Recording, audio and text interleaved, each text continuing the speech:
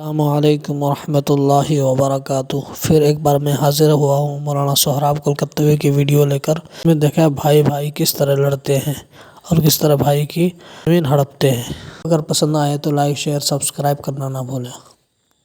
एक आदमी अपने भाई का 4 बीघा जमीन बेईमानी किया। 4 बीघा जमीन बेईमानी किया छोटा भाई का। छोटे भाई ने पंचायती बिठाया, मुखिया को बुलाया, सरपंच को बुलाया कि भाई वही साहब को पंचायती कर दीजिए, इंसाफ कर दीजिए, ये मेरा बड़ा भाई 4 बीघा जमीन मेरा बेईमानी कर लिया है। तो लोगों ने समझाया, मुखिया साहब ने समझाया, सरपंच साहब ने समझाया उसके बड़े भाई को, अरे छोटा भाई छो दादा बोले नहीं हम सबकी बात को मानते हैं लेकिन जमीन नहीं देंगे।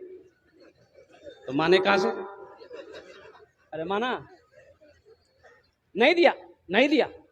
हज का महीना आया, हज का साल आया, हज का महीना आया, हज का इरादा कर लिया। 4 बीघा जमीन बेईमानी किया, हज का इरादा कर लिया, सब पैसा जमा कर दिया। जिस दिन निकलना था घर से तो अब चले गए मदरसा शमसुल उलूम आए कि हजरत से दुआ करवा ले, सफर पे जा रहे हैं, हजरत दुआ कर देंगे तो सफर आसान हो जाएगा। तो हजरत को इसका सब वाकया पता था कि पक्का बेईमान है ये, 4 बीघा जमीन बेईमानी करके बैठा हुआ है। तो हजरत से मुसाफा किया तो हजरत ने पूछा बेटा कहाँ जा रहा है? बोला अल्लाह आपको पता नहीं है, हम हज में जा रहे हैं। बोला अच्छा, पीछे का मामला सब साफ कर दिया? बोला कौन मामला, हम तो फिटफाट हैं। बोला अपना भाई का जो 4 बीघा जमीन बेईमानी किया है। बोला अल्लाह हजरत उसी को तो माफ कराने हम हज करने जा रहे हैं। अरे माफ होगा? अरे बोलो ना माफ होगा। तो हजरत ने जवाब दिया, है नादान तू एक हज की बात करता है, एक हज की बात करता है, अगर हजारों हज भी कर लेगा फिर भी अल्लाह उस गुनाह को माफ नहीं करेगा जब तक अपने भाई की जमीन को वापस नहीं कर दे। एक जगह जलसा में तकरीर करके नीचे उतरे, एक नौजवान बोला गए मौलवी साहब रुका। बोले बोलो। बोला अभी आप तकरीर करे कि माँ बाप के कदमों के नीचे जन्नत है। हमने कहा कि हाँ, हुजूर की हदीस है, अल्लाह के नबी इरशाद फरमाते हैं कि माँ के कदमों के नीचे जन्नत है। बाप जन्नत के दरवाजों में से एक बीच का दरवाजा है। कौन सा दरवाजा है? हाँ, बाप जन्नत के दरवाजों में से एक बीच का दरवाजा है। तो नौजवान बोला कि बात समझ में आ गई, हमारा सवाल ये है, ठीक है माँ बाप के कदमों के नीचे जन्नत है, लेकिन मेरा पूछना ये है कि सास ससुर के कदम के नीचे कुछ है कि नहीं है? क्या है? समझ गए? तो हमने कहा कि क्या है, बिहा कर इल है कि? बोले नहीं भेलोज गए। हम बोले बेटा तुम्हारे पूछने का अंदाज, उसका सवाल का जवाब मेरे पास है। बोला जल्दी बताइए। हम बोले सास ससुर के कदम के नीचे भी है। बोला क्या है जल्दी बताइए। हम बोले थपाची गाड़ी है, वॉशिंग मशीन है, कूलर है, पंखा है, बर्तन है, हड़िया है, लोटा है, थाली है। और क्या मिलेगा? सास ससुर के कदम के नीचे यही नहीं मिलेगा? नौजवानों मांग कर जहेज ना लेना। और सुनो, उलमा फरमाते हैं कि अगर वो अपनी मर्जी से भी दे फिर भी ना लो, फिर भी ना लो। लड़की वाला अगर अपनी मर्जी से दे फिर भी ना लो, इनकार कर दो, नहीं मुझे नहीं चाहिए, मुझे नहीं चाहिए, मुझे तो मुझे तो सब में आपकी बेटी चाहिए, हमें तो अपनी बीवी चाहिए। और बहू, और लड़का का बाप कहे हमें तो वो बहू चाहिए कि जिसका कदम मेरे घर पे पड़ जाए तो अल्लाह उसके कदम की बरकत से मेरे घर को जन्नत बना दे। एक लड़का शादी नहीं कर रहा था, उसकी माँ बोली कि बेटा अब इन हाथों में ताकत नहीं है, झाड़ू नहीं दे पाती हूं मैं, काम नहीं कर पाती, खाना नहीं बना पाती, कपड़े नहीं धो पाती, तू ब्याह कर ले, बहू आएगी घर में काम करेगी, मुझे आराम मिलेगा। तो बेटा बोला कि अम्मा नहीं, जब तक तू जिंदा है मैं शादी नहीं करूंगा, जब तू मर जाएगी फिर हम ब्याह करेंगे। बोले क्या है? बोला इसलिए कि बीवी आएगी, झगड़ा होगा, सास बहू में झगड़ा होगा, ये मुझे बर्दाश्त नहीं है कि मेरी माँ से कोई झगड़ा करे। कुछ दिन और गुजरे, माँ बोली कि बेटा आप बर्दाश्त नहीं हो रहा, तू कर ले। बोले ठीक है माँ, देख अगर आप चाहते तो देख लीजिए। माँ एक लड़की को चुनी, पसंद की, पढ़ी लिखी लड़की, ब्याह करके ले आई।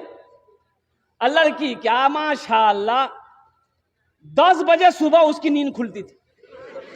अब बुढ़िया भोरे उठ के नमाज पढ़ के झाड़ू देना, बर्तन धोना, नाश्ता बना के पलंग पे ले जाके देना।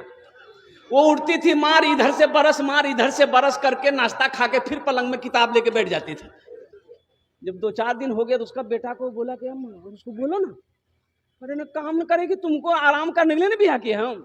बोले बेटा कैसे बोले, नई नवेली लड़की है, कुछ दिन के बाद करने लगेगी, छोड़ो मत बोलो, दिल दुख जाएगा। जब हफ्ता दिन हो गया बेटा को बर्दाश्त नहीं हुआ। बेटा बोला कि अम्मा एक आइडिया मेरे दिमाग में है, जब आप झाड़ू दीजिएगा ना आपके हाथ से हम झाड़ू छीनेंगे। कि अम्मा झाड़ू हम देंगे, आप नहीं दीजिएगा।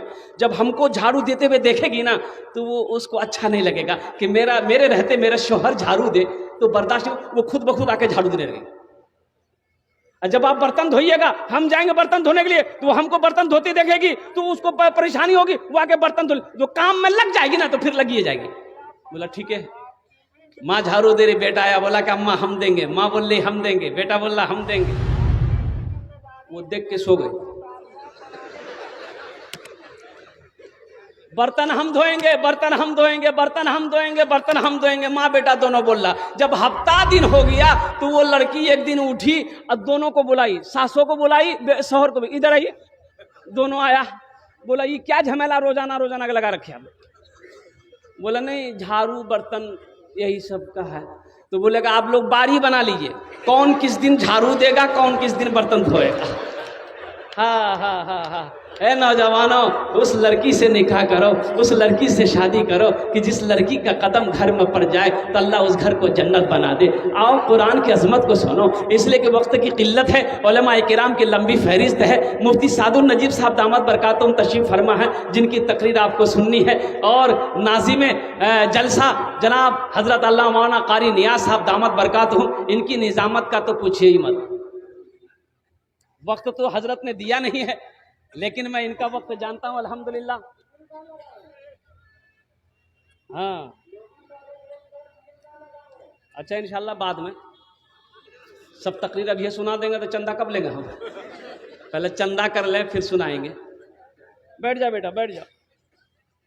अजमत कुरान क्या है, कुरान क्या है, और कुर्बान जाई।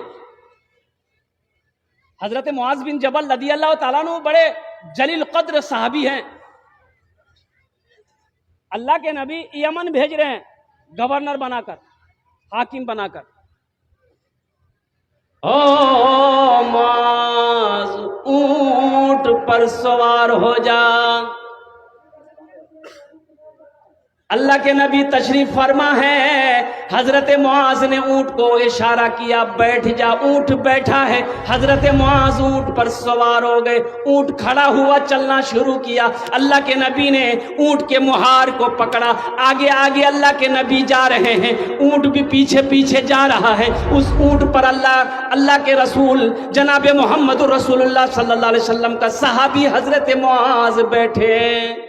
तो हजरत मुआज लरज़ गए, कहते हैं या रसूल अल्लाह मेरे माँ बाप आप पर कुर्बान, या हबीब अल्लाह ये बेअदबी है, आप मेरे आका हैं, आपका मैं गुलाम हूं, मैं ऊंट पर सवार हूं, आप पैदल चले, ये बर्दाश्त नहीं होगा। तो अल्लाह के नबी ने इरशाद फरमाया, ए मुआज बैठा रहा। सुभान अल्लाह बोले तो माशाअल्लाह। ए मुआज बैठा रहा, मैं तुम्हारी इज्जत नहीं कर रहा हूं। ए बेटा ए लगलो जी सर्दी के मौसम की तकरीर कर दी, नौजवान खड़ा हुआ। मैंने कहा क्या हुआ? बोला है, बोले बैठो। 10 मिनट का फिर खड़ा हुआ। मैंने क्या हुआ? बोला बहुत जोरों से लगलो जी। बोले बैठ जा, कुछ देर और बैठ जा। बैठ गया। कुछ देर में भी तकरीर खत्म हो गई तो देखा बैठा हुआ है, तो अब उसको इशारा की हम जो, बोला नहीं जाएंगे। हमने कहा कहीं जाएगा? बोला अब क्या करने जाएंगे, जो करने जा रहे थे वो यही होगी, अब जाने की जरूरत नहीं है। मुआज बैठा रहा, ए मुआज बैठा रहा। ए मुआज सुनो, हम तुम्हारी इज्जत नहीं कर रहे हैं, तुम्हारे सीने में जो अल्लाह का कुरान है हम उसकी ही इज्जत कर रहे हैं। ए मुआज, जिसके सीने में अल्लाह का कुरान होता है वो अल्लाह का दोस्त होता है।